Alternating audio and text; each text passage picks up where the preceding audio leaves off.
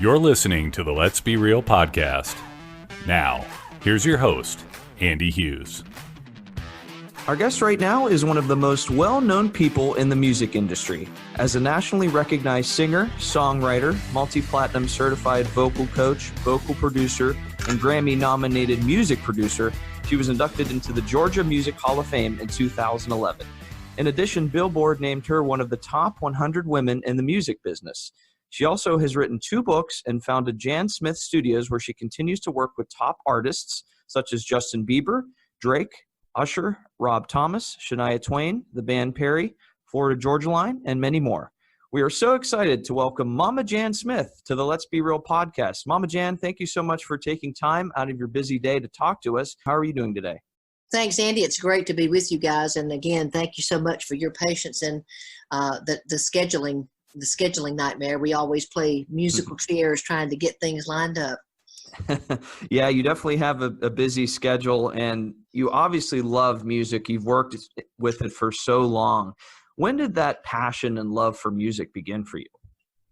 Well, the truth of the matter is my mother would probably tell you the minute that I came into the world, other than screaming, I was a singing baby. So I used to harmonize with all kinds of things, just sounds outside or natural things that happened in the house. When my mother was vacuuming with her old Hoover vacuum cleaner, I would harmonize with that, and it just became a sound was kind of my world.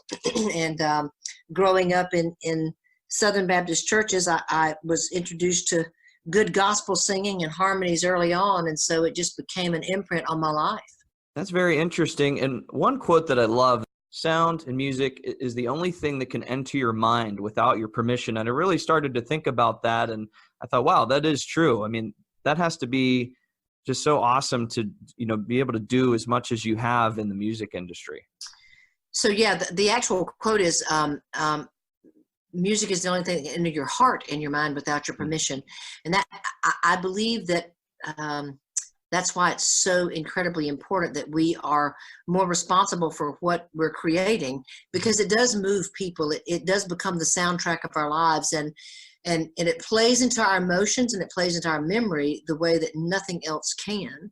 Mm-hmm. So music is very valuable and should be more valuable. It's not really, it is a free creative form, mm-hmm. but for those of us who are creating music, it is a labor of love and time consumptive. So I do believe in mm-hmm. the economics of that, but also the stewardship of it is incredibly important. It certainly is. And speaking of creating music, you released your first album at age 15.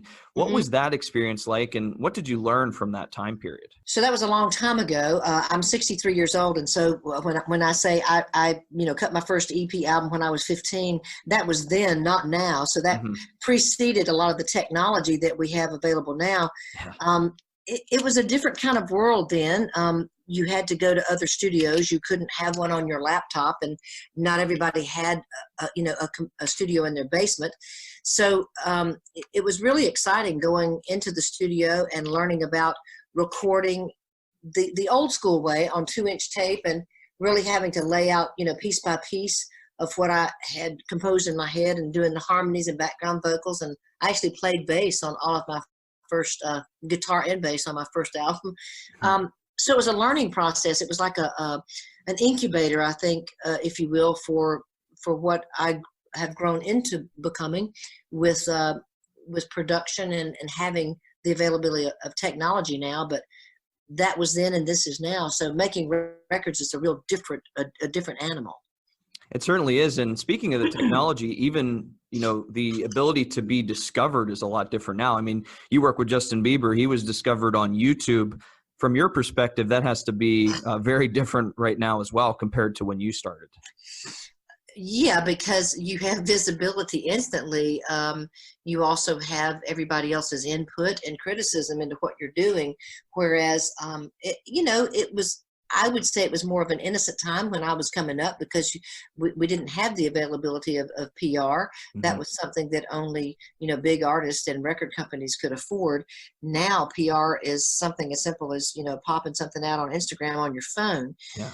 But I appreciated at the same time that it's allowed artists who have not been able to have or be in those geographic locations to have visibility, like Justin. Justin was in Canada, and Scooter just happened to see him in a video clip that was Justin was performing in a talent show, I think, and so the lineage of that whole startup of how he was discovered, and Scooter brought him and his mother Patty to Atlanta, and Usher got involved, who was one of my clients at that time, and then Scooter and Usher basically brought Justin to me to be able to work with him on his development. So it was a really sweet process, and the thing that was kind of scary about it, honestly, is how rapidly all of that grew to be a mass following worldwide. And I do mean worldwide, because I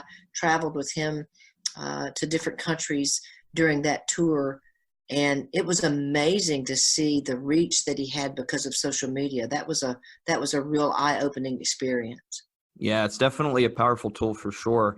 Now, obviously, we talked about you released an album at age 15. At what point of your life did you start to turn your focus on working with other artists? Good question, and I'm asked that often, Andy. I didn't really make a decision just to all of a sudden, abandon being an artist and then start teaching. It really came about as a result of just helping other people while I was doing my own thing. I was very focused on my own artist career, and ended up doing commercial work and creating, jingles and cartoon voices and things, and being in studios most of my life. It just became a secondary thing to lay down some background vocals for somebody else's record. And then I got involved in, helping them make better songs and production, that's part of production. And then because of my ability to orchestrate and to compose, I could hear what needed to happen, and I played with my own band, so I knew what other artists needed around them and their songs in a studio. And it was kind of a natural outpouring of just wanting to help other people have what they needed. And then I made the mistake of saying yes one time to a guy that was running a rock and roll guitar school. He had a client that was losing his voice and asked if I thought I could help him, and I said yes. And from that, other people started seeking me out, because nobody was really catering to the needs of rock singers and rap singers and what I would consider, my people, street singers, and everything at that point was classical, and nobody in the rock and roll world really was attuned to wanting to, learn opera. They wanted to learn skills that could help them be better at what they were doing. I just happened to be that bridge between both worlds, and could take what I knew to be good education on that side, and then make the vernacular fit for my rock artists and my rap artists and people like me. So that's just kind of how that happened. And 33 years later, here we are. That's outstanding. And when you have an artist that comes to you, what are some of the goals that you have when you're working with them? Because obviously, yes, you're there to work with them on music, vocals, but to me, you're called Mama Jan. It seems to be a lot more than just that. It seems like you're really trying to connect with each person that you work with. Yeah, well, I mean, I don't know that I could work with people if I didn't have a connection with them. Caring about them is part of the work, I think. Really loving what I do, but also loving them. My number one goal is to really help people be excellent at who they are and what they do. And I think that if people are struggling with who they are, they're not going to be very accomplished in what they're doing. So helping people to be better, and if that means encouraging them, spiritually, emotionally, with their lifestyles, etc., and then also helping to provide them with the skill set to be able to build their craft to where they can really be proud of what they're putting out and what they're offering, and have the stamina to withstand the demands that are placed on us as artists in today's business of music. Absolutely. I mentioned you're called Mama Jan. Who actually started that nickname? Well, so driving it to the public's ears, Usher would would be the person that would, he's the one who kind of took it and ran with it. And because he was very prominent at that time in my career and also in his own. So when he used that and that handle in, interviews and things, then that's how it became known in the industry. I was working with, prior to Usher, there was a young man named John Hopkins who now plays with the Zac Brown Band, and another artist named Jeffrey Butts, who was a local musician with another band. And when those boys would come in and out, they would always say, "Hey, Mama," or, "I'll see you next week, Mama." And so when Usher started coming in during that time, and people sort of, behind the scenes already knew me as Mama Jan, that just became the handle that people knew me as. And then the industry started interviewing me and coining that. So that's kind of how that happened. Huh, I love that. And what do the artists call their actual mothers then? You know what? I don't know, but it ain't Mama Jan. Oh, that's really cool. When looking back at your career, I feel like people in your position, they all have that breakthrough moment where maybe there was a moment where you look back and you say, wow, that was huge for my development and really put me on the map. What was that moment for you when you look back? Rob Thomas is one of the first major signed artists that I worked with years ago when they were first starting out. There was a gentleman named Matt Serletic, who is a very prominent producer in our industry now. But when I was first starting out at the Atlanta School of Rock, at the guitar school I told you about, there was, Matt was a 15-year-old kid that had his own little local band, and he came in, and I worked with them a few times, and then from that he went on and graduated from high school and went down to Florida State University, I think, and pursued a career in music composition. He ended up being a part of the production and the band Collective Soul for a while. And then Matt found this young singer, this young band, and the young singer happened to have been Rob Thomas. And so with Matt's success in the industry and as a young producer, he had kind of the onus on him to be the next young, hot rock and roll producer. And he had this band called Matchbox 20, and he brought Rob Thomas in for me to work with him because he had known of me when he was 15. So the lineage of that and the relationship of that is very precious to me, but also Rob Thomas was the first national artist that actually claimed me publicly as his vocal coach, and made it kind of a statement that it was important as a rock singer that he knew how to take care of his voice, and that it mattered that he had someone like me in his corner to help coach him to make him better. And from there, it kind of opened up a lot of doors. One of those being, Usher. And then, obviously meeting Usher led to the relationship with Scooter Braun, which led to Justin Bieber. So it's always a relationship answer to that question. But at the beginning of all that, I would say Rob Thomas was the one who claimed me publicly first. Very cool. Yeah, Rob Thomas definitely has had a tremendous career with Matchbox 20. And you mentioned, Justin, there, you were his first vocal coach.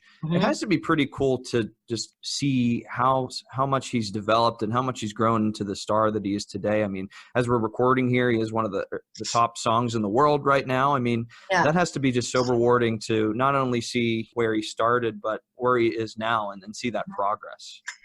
It is. I met Justin in December of 2008, before the world was screaming every time he came in the door or left. And I was also very intimately involved in that whole first world tour, really helping to maintain his voice because he was going through puberty, and not just vocally he was going through puberty, but in his life he was going through puberty, which was a very, very challenging time for any person, male or female, but especially when you are doing that in the eyes of the world. So helping, just to keep him as far as I could, stabilized vocally and otherwise, and kind of be a cushion around him and a mentor. I think that I did that pretty good, and even to this day, Justin and I are still close, and he definitely still relies on me for some wisdom and also to pray with him. And I'm just so thankful that he's been able to see his way through the hardest parts of all that and to understand the truth of who he is and who God created him to be, and is now at a better balanced way as a young man to be able to really fulfill the mission statement that was began in him a long time ago. And I believe we're going to see great things from him. I'm very proud of him, and also actively support him in what he's doing.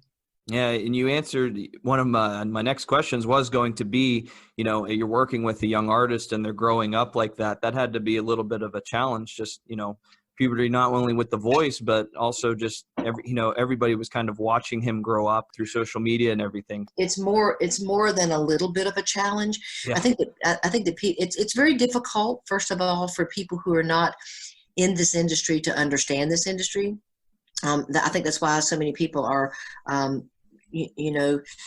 wanting to know more about it, but it's very difficult to understand the navigation in the industry. But when you take a young person like that, or any person, quite frankly, who all of a sudden is catapulted into massive stardom and visibility, it's rather like being hit by a freight train, and there's really no way to prepare for that. Everything is happening so fast, and even with people like myself who have been in this industry most of my life, and I understand it, it's still fast. It's still difficult sometimes to run, to keep up with, and to certainly to keep your balance in. I have, lost my balance a few times and fallen from grace, and it's difficult because there's so much being thrown at you, and so much of the world that people are not really accustomed to just having presented on a platter for them. So you can only imagine that being put on steroids by the time somebody turns 16 and hasn't even had the opportunity, quite frankly, to grow up and get their balance, and they're being knocked off balance left and right just to be able to keep up with the major success and the demands on their time. It's pretty daunting, to be honest with you. And people say, oh, I wished I could, have that or be rich and blah, blah, blah, but they really have no clue how absolutely devastating and difficult it can be. Oh, yeah, I could only imagine. That's a ton of pressure for someone that young. So I'm glad that he had Mama Jan behind him. He definitely pulled through. So that's awesome. I appreciate it. Yeah, absolutely. Now, looking at your coaching, do you have a specific style of coaching, or maybe the better question is, do you have a style? Because I feel like if you're working with over 4,000 artists over the years, each person is a different talent. They have all different personalities. I feel like there's no one size fits all coaching style. Yeah, there's really not. I think that was the issue that I kind of had with classical and pedagogy is, and mind you, I have great respect for that and the things that I've learned growing up, but one size doesn't fit all. And the truth of the matter is, more classical forms are homogeneous in nature. It's about the conformity of the group or the choir, really as it's orchestrated by the composer in the piece of music. Well, in contemporary music, it's heterogeneous. We are all individuals, and that individual expression is what it's about. So for me, being able to tailor make what I do to meet the demands of each individual voice and their style, and all the little clips and pops and breaks and quirks and things that they want in their voices and music. And at the same time, the more underpinning, which is homogeneous, like the breathing work, the foundational stuff, the form issues having to do with pitch and tonal hearing and intervals, all of that, combined is what I do. And I think the thing that makes us unique at Jan Smith Studios is that we do assess each person as they come in and do an eval so that we know kind of what the blueprint should be for this artist. Are there some things that are the same?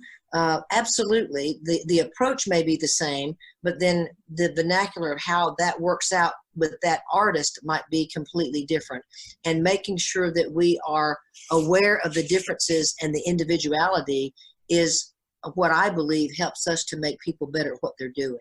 Our podcast is called Let's Be Real, and the E stands for empathy. And I have to think that empathy is a critical part of coaching for you. And I think the unique part about you is that you were an artist at a young age, so you can probably relate to a lot of these artists that come into you, and that has to be critical when it comes to coaching. No, I think that understanding people and empathizing with where they're coming from, being able to relate to them is not only important, in vocal coaching or any kind of coaching, but it's important in life in general, making sure that we're listening to people, not just hearing something that they're saying, but really listening and understanding what they're asking for, and then helping them, to build on what it is they're needing is the part of that. I think if there's an empathy, it's in the understanding and the hearing of that, really, really, really taking that in and knowing what someone is needing or where they're coming from, is probably half of the game. It certainly is. Yeah, that makes a lot of sense. One thing that I love that you said, until you're dead, you can always learn something. And I thought that was that was a great quote, because even somebody, like Justin Bieber, for example, or maybe a top athlete or something, a lot of them actually have coaches. And I feel like some people don't know that. Like, there's a lot of top athletes and musicians, they're on the top of their game, and people just think, oh, they can just keep it on cruise control and not really develop. But that's not the case at all. A lot of them actually have coaches, and they really try to learn every day. Could you talk about the importance of that in your industry, especially? Because I feel like a lot of people don't really think that a coach is important, even if you're at the top of your game.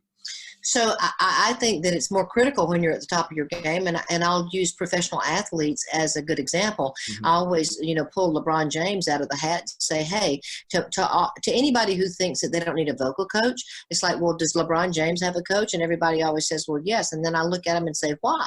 And it's like, well, because he's great, and he wants that person to give him feedback and to spot him. And I said, well, okay, so that's how LeBron James maintains his greatness, is by listening to the feedback of someone who can actually see him play from a perspective that he himself cannot see.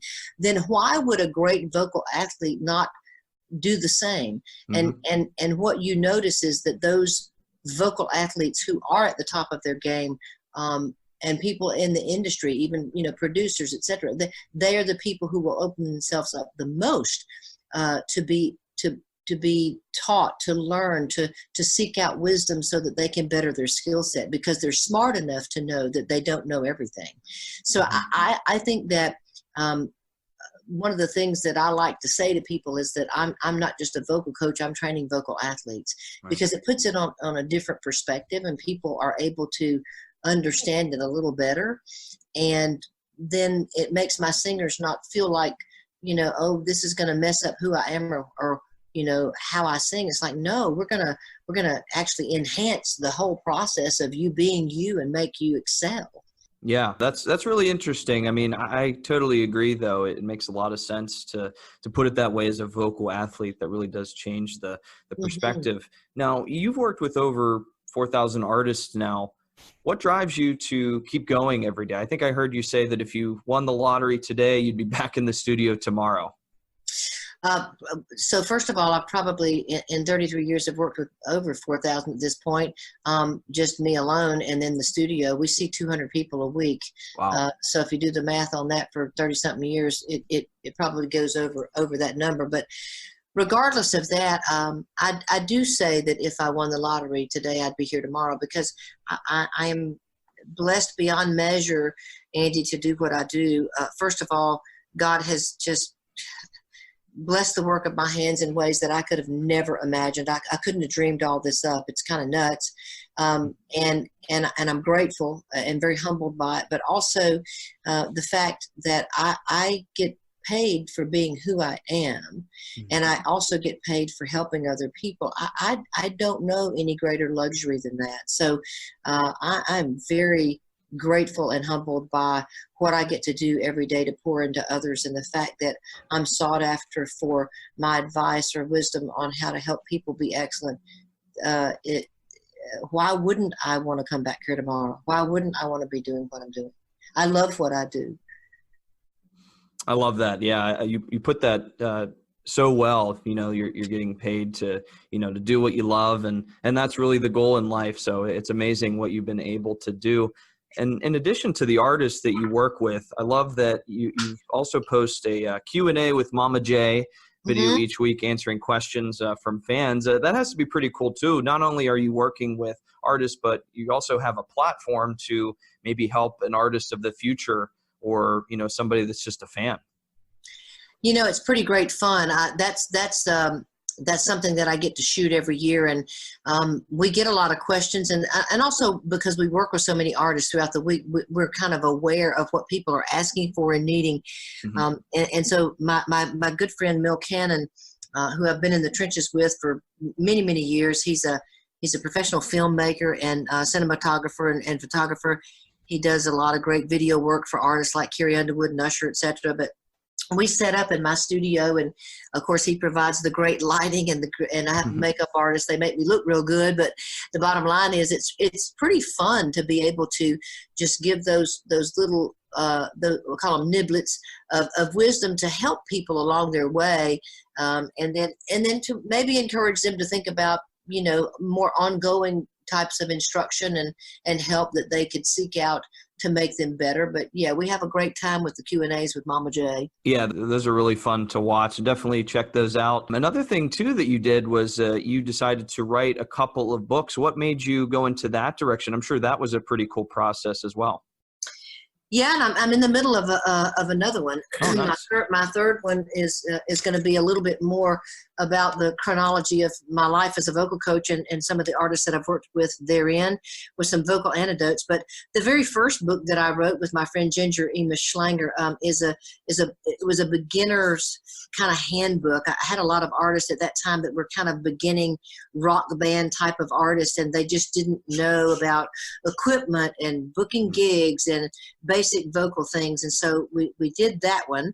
And then the second book is really not so much related to my career at all. It's more related to my personal life and my testimony, and a fall from grace in my life that led me down a road of adultery and God's redemption therein. And it's amazing. It's amazing what God did to really reclaim my focus and my life and my heart, and has just done a mighty work in my life. And I'm so honored and privileged to do what I do now, but also to speak to that, because I think a lot of people may not be struggling with the same thing that I struggled with, but they have places in their life where they are struggling and they need hope. And I needed hope. I needed hope to know that I could see my way out of decisions that I had made when I was living my life without restraint. And that's what my book, Run the Other Way, is about. It's about my own personal adultery and then my infidelity to God, and how God has reclaimed my life and the redemption of me therein. So that's what that book is about.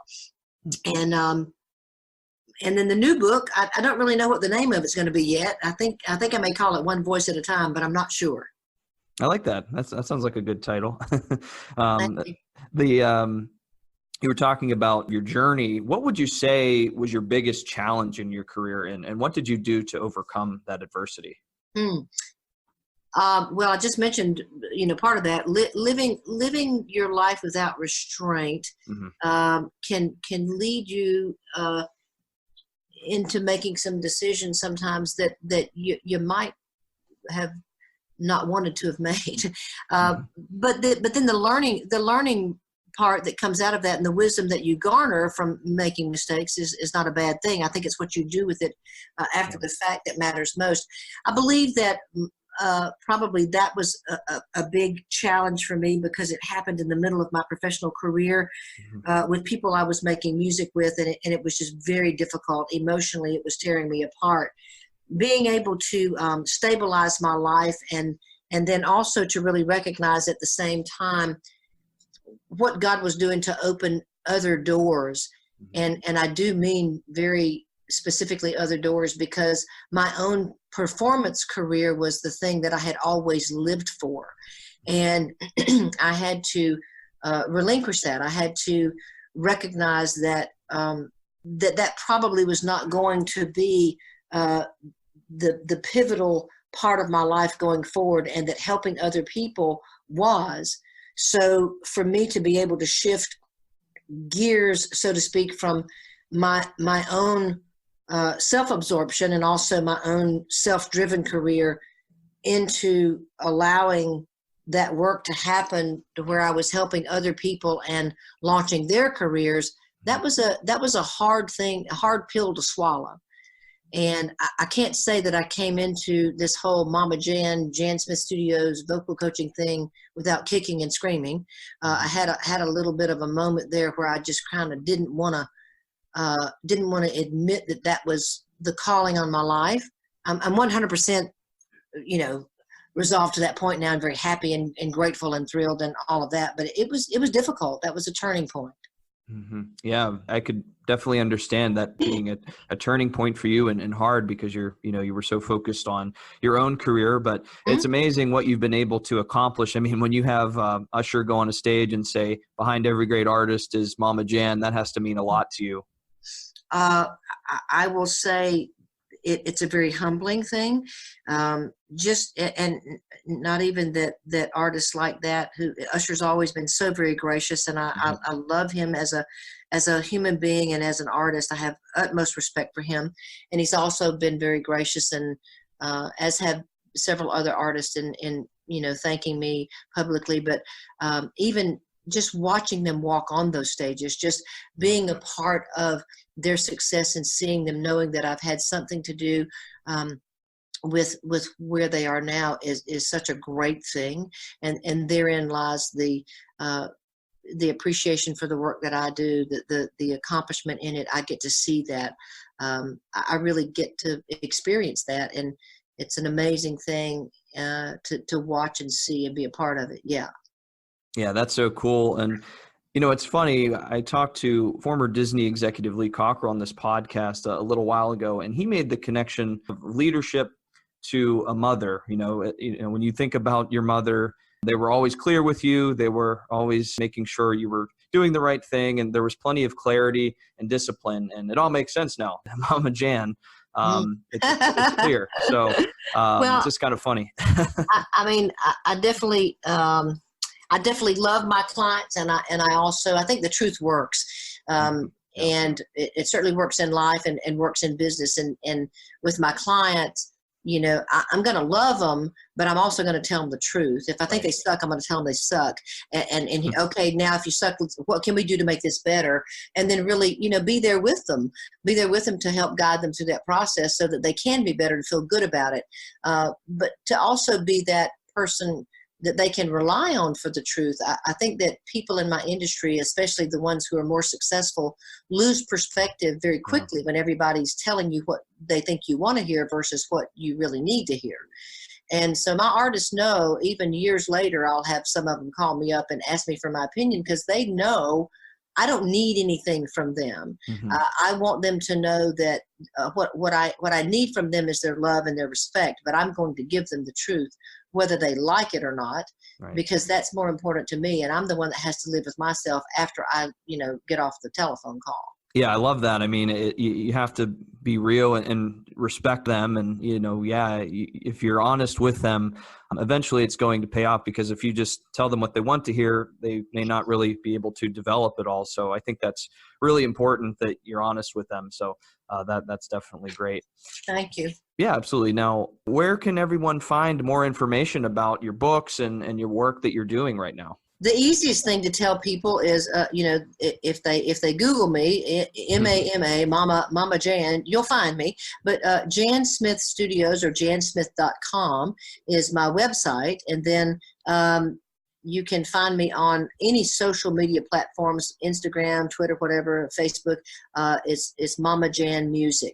And again, it's MAMAJAN, and then whatever the rest of that is. But you can find me. Just Google Mama Jan.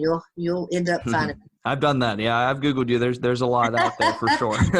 So a lot of great content. If you live long enough, you're going to have all kinds of stuff out there about you, I guess.